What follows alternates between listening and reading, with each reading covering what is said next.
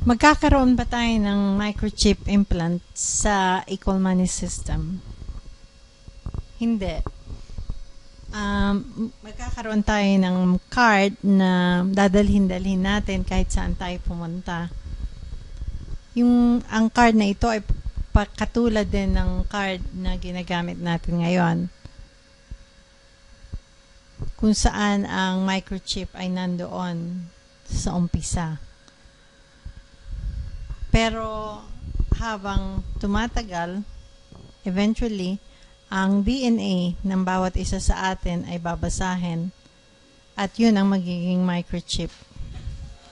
Hindi ito na-fake, hindi rin ito nakokopya, o hindi din ito nako-clone. So, mapiprevent natin ang corruption sa lahat ng bagay.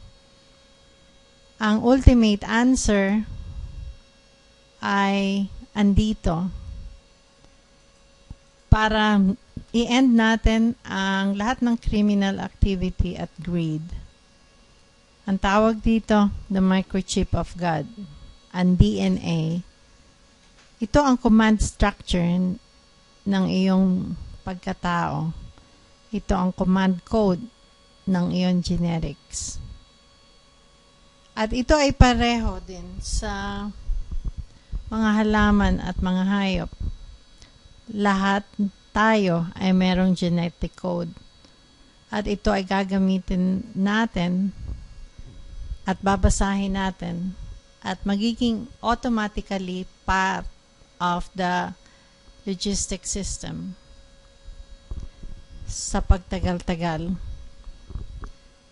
So maraming advancement na mangyayari sa scientific endeavor para magkaroon tayo ng abilidad para i-end natin ang lahat ng klase ng abuso dito sa mundo. Babasahin natin ang DNA na parang microchip na magiging available sa central system. So makikita natin pag nagkaroon ng moment na merong nangyayari na sinasaktan ng isang tao ang kapwa niya tao o sino man sa atin. So malalaman natin kung merong minamurder sa madaling panahon. Dahil ang electrical power na kailangan para i-light up ang DNA chip ay mawawala. At sa madaling panahon, ang tao na yon ay magdi-disappear o mawawala sa world grid of equality. At magkakaroon ng aksyon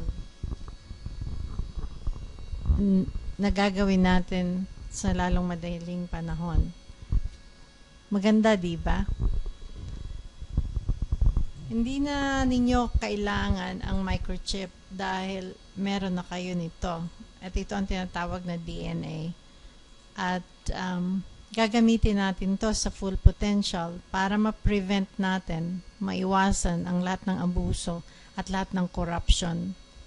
At yung mga nagkiklaim na ito ay control, hindi nila nakukuha kung anong ibig talaga sabihin ito. Sila ay parte ng abuso at greed. At sila ay mentally unstable. At hindi nila kinukonsider kung ano ang mahalaga, kung ano ang makabubuti para sa lahat. So, kailangang maunawaan ninyo ang implikasyon at benefit ng microchip, ang DNA. Ito ay magbi-bring about at magsusuporta sa life, sa buhay in every way. At magandang advancement to sa human endeavor. Ang abilidad natin na maunawaan natin ang mga bagay-bagay na dati hindi natin nauunawaan.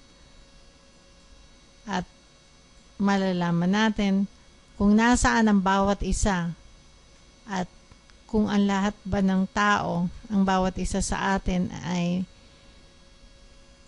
may suporta. So, makikita natin sa output ng isang taong DNA, madidetekta natin kung nasa trouble, kung may panganib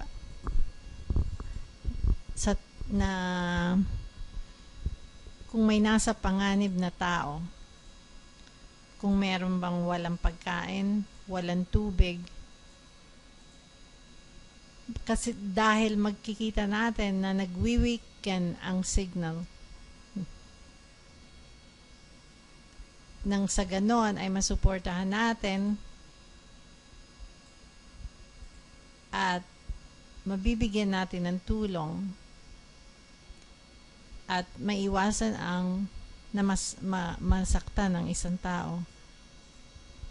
Malalaman din natin o madidetect natin kung merong ang mga sakit sa very early stage sa paggamit din ito. So maraming research ang mangyayari at itong mga research nito ay inevitable. Dahil sa equal money system, hindi na tayo bound ng profit. Bound na tayo ng what is best for all. Ano ang makabubuti para sa lahat. Ito ay ibig sabihin